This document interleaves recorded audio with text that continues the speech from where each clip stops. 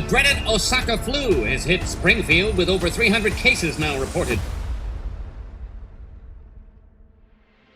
आज का हमारा ये टॉपिक आपके होश उड़ा देने वाला है। आप भी सोचेंगे कैसे एक एनिमेटेड सीरीज जो कि 1989 में रिलीज हुई थी और अब तक चल रही है, उसमें ऐसे ऐसे सीन्स बताए गए हैं जो कि वाकई में घटित हुई हैं। एक बात तो तय है कि ये सीरीज अपने टाइम से काफी आगे चल रही थी। डोनाल्ड ट्रंप का प्रेसिडेंट बनना, यूएस की इकोनॉमी गिरना, कोरोना के जैसे हालातों का पैदा होना, टाइटन सबमर्सिबल की घटना और न जाने क्या क्या, ये सब कुछ पहले से इस सीरीज में बता दिया गया था। हाँ, बिल्कुल एज इट इज नहीं, लेकिन काफी मिलती जुलती परिस्थितियों के साथ। क्यों? है ना चौंका देने वाली बात। आइए जानते हैं ऐसे टॉप 10 प्रेडिक्शंस के बारे में जो द सिम्पसन्स में दिखाई गई थी और वक्त से काफी पहले दिखा दी गई थी, जो वाकई में भी हुई है। नंबर 1, द कोविड-19 पैंडेमिक। सिम्पसन्स अपनी भविष्यवाणियों में बहुत आगे थे जब उन्होंने इस एपिसोड को प्रसारित किया जहां फॉरेन ओरिजिन का फ्लू स्प्रिंगफील्ड के रेजिडेंट्स के बीच जंगल की आग की तरह फैलता है। एपिसोड के दौरान यह देखा गया कि जापान से आए कंटेमिनेटेड प्रोडक्ट्स के शिपमेंट के कारण ये फ्लू उस शहर में आ जाता है जिसे शो में ओसाका फ्लू कहा गया है। डॉक्टर रेजिडेंट्स को आराम करने के लिए कहते हैं क्योंकि तत्काल कोई इलाज उपलब्ध नहीं है। हालांकि फ्लू एपिसोड का फोकस नहीं था, लेकिन वर्षों बाद इस शो के कई फैंस ने नोटिस किया कि एपिसोड में दिखाए गए फ्लू और कोविड-19 वायरस में बहुत सारी सिमिलैरिटीज थीं, जैसे कि इसका इतनी तेजी से फैलना, लोगों को घरों में रहने का सुझाव देना, वैक्सीन का विकसित न होना इत्यादि। और मैं आपको ये भी बता दूं कि ये एपिसोड 1993 में रिलीज हुआ था। Number 2, dangers of virtual reality. नहीं, मैं वर्चुअल रियलिटी के प्रेडिक्शन की बात नहीं कर रहा, क्योंकि ये एपिसोड तो काफी रिसेंटली आया था, लेकिन इस एपिसोड में जो 2016 को रिलीज हुआ था, उसमें वर्चुअल रियलिटी से जुड़े जिन डेंजर्स की बात की है, मैं उसके बारे में बात कर रहा हूँ। इसमें बताया गया कि कैसे लोग केयरलेसली रास्तों में हेडसेट्स पहनकर घूम रहे हैं। आखिरकार लोग वर्चुअल रियलिटी से इतने मोहित हो जाते हैं कि वे रियल वर्ल्ड से संपर्क खो देते हैं और अपने आसपास की चीजों से पूरी तरह से अलग हो जाते हैं। आप सोच रहे होंगे कि इस प्रेडिक्शन में ऐसी क्या खास बात है। ऐसी प्रेडिक्शन तो कोई भी एक्सपेक्ट करेगा ही वर्चुअल रियलिटी टेक्नोलॉजी के आ जाने से, लेकिन ऐसा प्रेडिक्शन 2016 को ही कर लेना। आपको 2016 में वीआर के बारे में पता भी था? Number 3, face time.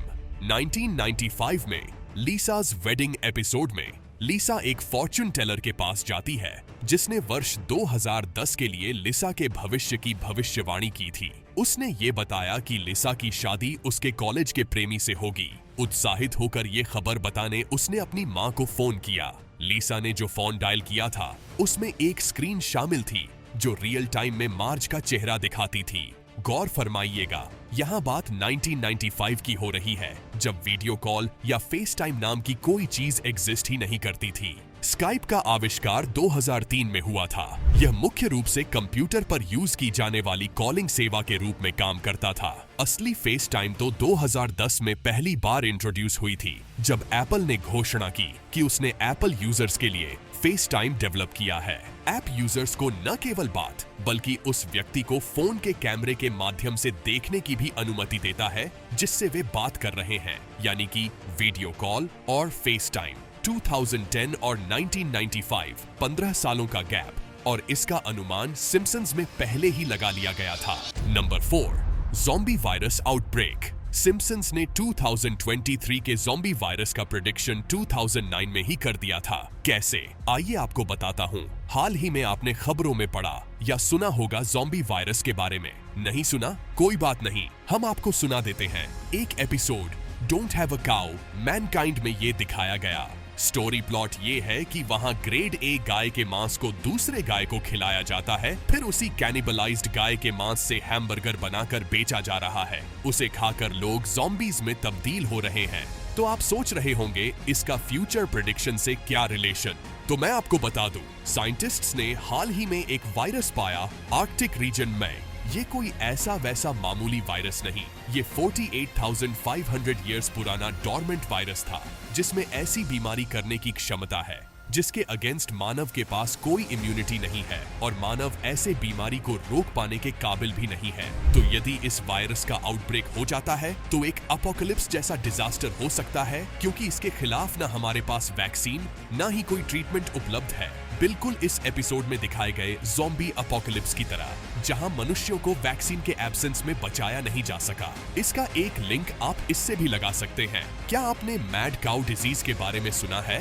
Mad cow disease एक गाय को होने वाली बीमारी है जो ह्यूमंस में भी फैल सकता है। इससे आदमी के ब्रेन और स्पाइनल कोड डैमेज होने लगते हैं और आदमी एक ज़ॉम्बी की तरह बिहेव करने लगता है। भले ही इसने अपोकलिप्स का रूप अब तक नहीं लिया है, पर अगर सिम्पसन्स में दिखाया है तो ये अपोकलिप्स में तब्दील हो भी सकता है, क्योंकि द सिम्पसन्स में दिखाई जाने वाली बहुत सी चीजें सचमुच में फ्यूचर में घटित हुई हैं, उसे नकारा नहीं जा सकता। Number 5, under water submersible emergency situation. मैं आपको इस एपिसोड में क्या दिखाया गया था ये बता दूंगा, लेकिन ये प्रेजेंट के कौन से इंसिडेंट से मेल खाता है ये आपको ही बताना होगा। आगे बढ़ने से पहले ये बता दूं कि ये एपिसोड 2006 में रिलीज हुआ था। इस एपिसोड में होमर नाम का व्यक्ति ये बिलीव करता है कि मेसन फेयरबैंक्स ही उसके बायोलॉजिकल फादर हैं, जो बहुत पहले घूम गए थे। दोनों पीसो मोजादो नामक एक डूबे हुए जहाज में खजाना खोजने की कोशिश करने के लिए अलग अलग सबमर्सिबल्स में पानी के नीचे एडवेंचर पर निकल पड़ते हैं। होमर कॉरल्स में फंस जाता है और ऑक्सीजन लेवल डिप होने के कारण अनकॉन्शियस हो जाता है और आंखें खुलने पर खुद को अस्पताल में पाता है। तो दोस्तों, अब तक आपको समझ आ ही गया होगा कि यहाँ कौन से प्रेडिक्शन की बात हो रही है। यहाँ ओशन गेट एक्सपीडिशन की बात हो रही है। बिल्कुल हूबहू ना सही, लेकिन कहानी तो कुछ मिली जुली ऐसी ही थी। Number 6, first female president of America. सन 2000 में टेलीकास्ट किए गए Bart to the future episode में लीसा यूएस की पहली फीमेल प्रेसिडेंट बनी हुई दिखाई गई है और उसमें वह ये भी कहती हुई पाई जाती है कि कैसे डोनाल्ड ट्रंप के टेन्योर ने यूएस की इकोनॉमी को डेट में छोड़ दिया। और ये सब सच हुआ 2021 में डोनाल्ड के प्रेसिडेंसी के एंड में, जब वाकई में उस देश ने ट्रंप के कार्यकाल में यूएस की तीसरी सबसे बड़ी इकोनॉमिक रिसेशन देखी। बाइडेन और हैरिस के सत्ता में आने के बाद भी इस एपिसोड ने हेडलाइंस छापी, क्योंकि कमाला हैरिस ने सेम उसी तरह के कपड़े पहने थे जो लीसा ने उस एपिसोड में पहने थे, यानी कि पर्पल ब्लाउज के ऊपर पर्पल ब्लेजर और गले में सफेद पर्ल का एक नेकलेस। और क्या पता कमाला हैरिस ही यूएस की पहली फीमेल प्रेसिडेंट बन जाए, क्योंकि रिसेंटली उन्होंने ये कहा भी था कि she is prepared to take over as the president if Joe Biden is unable to complete his term in office। अब आगे आने वाले समय में क्या ये भविष्यवाणी सच होती है, ये तो वक्त ही बताएगा। Number 7, US China nuclear war. इस एपिसोड में एक न्यूज एंकर ये कहता हुआ पाया जाता है कि it is with great sadness that I inform you that America and China have declared war. A massive nuclear attack is expected to reach our shores within the hour. और हम सभी जानते ही हैं यूएस और China के not so good रिश्ते को, और दोनों ही न्यूक्लियर एनर्जी एम्पावर्ड कंट्रीज हैं, तो इस प्रेडिक्शन को न कह पाना मुश्किल है। नंबर 8, लीसा गोज गागा। इस एपिसोड में, जो कि 2012 में एयर हुआ था, दिखाया गया है कि सिम्पसन्स के शहर स्प्रिंगफील्ड में म्यूजिकल आर्टिस्ट का परफॉर्मेंस हुआ, जहां लेडी गागा आई और दर्शकों के ऊपर उड़ते हुए अपने गाने प्रस्तुत किए और फिर अपने परफॉर्मेंस के दौरान पियानो भी बजाया। अब ये सेम चीज हुई थी 2017 में, जब गागा ने सुपर बोल LI हाफ टाइम शो में पोकर फेस और बैड रोमांस सहित अपनी सबसे बड़ी हिट प्रस्तुत की। अपने हाफ टाइम शो परफॉर्मेंस के दौरान गागा को दर्शकों के ऊपर हवा में बिल्कुल द सिम्पसन्स में दिखाए गए तरीके से उठाया गया था। बाद में शो में उन्होंने पियानो पर मिलियन रीजंस भी बजाया, बिल्कुल द सिम्पसन्स में दिखाए गए तरीके से मेल खाता हुआ, है ना। Number 9, Walt Disney and Fox merger.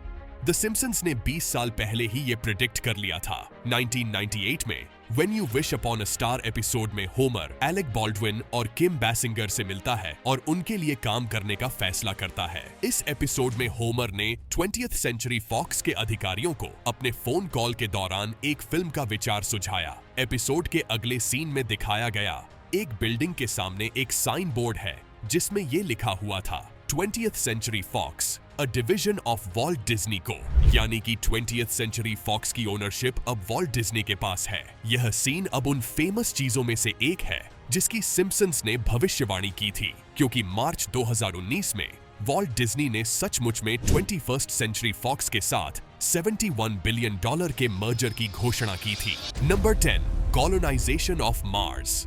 2016 के एक एपिसोड में, जिसका टाइटल था द मार्ज ईयन क्रॉनिकल्स में, लीसा सिम्पसन मंगल ग्रह यानी मार्स पर जाना चाहती है और उसकी मां मार्ज भी उसके साथ जाने के लिए तैयार हो जाती है। वे दोनों अंततः 2051 में मंगल ग्रह पर पहुंच जाते हैं और कमाल की बात तो ये है कि इलॉन मस्क ने कहा है कि वह साल 2050 तक 1 अरब लोगों को मंगल ग्रह पर भेजना चाहते हैं। Too ambitious? नहीं, लेकिन क्या पता ये भी सच हो ही जाए। Who knows? भले ही इलॉन मस्क मंगल ग्रह को कॉलोनाइज करना चाहते हों, लेकिन वह रेड प्लैनेट रहने योग्य नहीं हो सकता है। फिर भी अगर द सिम्पसन्स ने इसे दिखाया है तो अभी भी उम्मीद की जा सकती है ना? तो दोस्तों, ये थे सिम्पसन्स के 10 बेहद चौंका देने वाले प्रेडिक्शंस। ऐसे प्रेडिक्शंस कई और भी हैं, तो अगर आप सिम्पसन्स के और भी प्रेडिक्शंस देखना चाहते हैं कि आगे आने वाले समय में क्या हो सकता है, तो नीचे कमेंट बॉक्स में कमेंट कर हमें जरूर बताइए। कैसा लगा आपको हमारा आज का ये खास वीडियो? उम्मीद करता हूँ आपको ये पसंद आया होगा। तो क्या आप इस सीरीज के बारे में पहले से जानते थे? अगर जानते भी थे तो क्या इसके फ्यूचर प्रेडिक्शंस के बारे में आपको मालूम था? अगर हाँ, तो बताइए आपको कौन सी प्रेडिक्शन के बारे में मालूम था। अच्छा लगा हो तो वीडियो को शेयर करना न भूलें। ऐसे ही और भी विचित्र टॉपिक्स पर वीडियो देखने के लिए हमारे चैनल बट यू नो को सब्सक्राइब करना न भूलें। धन्यवाद।